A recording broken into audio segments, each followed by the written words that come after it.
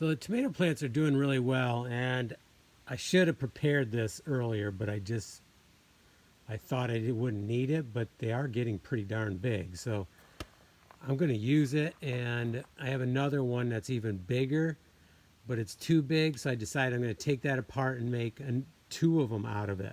I think I could make two about this size out of that one. If not, I'll have to cut some more wood and do that. But so it's basically it's out of white pine. So I feel like I need to coat it and then let it bake in the sun so the coating has time to really sink in and dry the best it can. And then I'll put it over the tomato, the pot. The pot, it should go right over the pot, and then the tomato branches can come right through it, and hopefully that'll keep it upright and keep it in good shape. So it's really it was kind of fun to make, and I think it's pretty cool.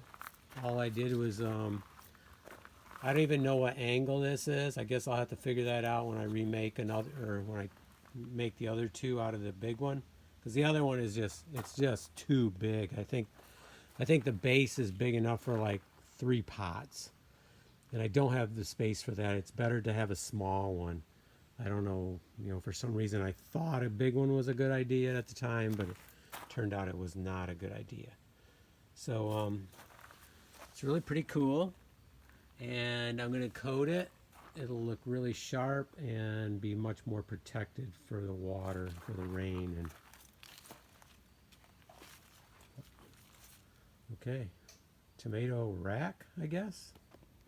Tomato plant rack.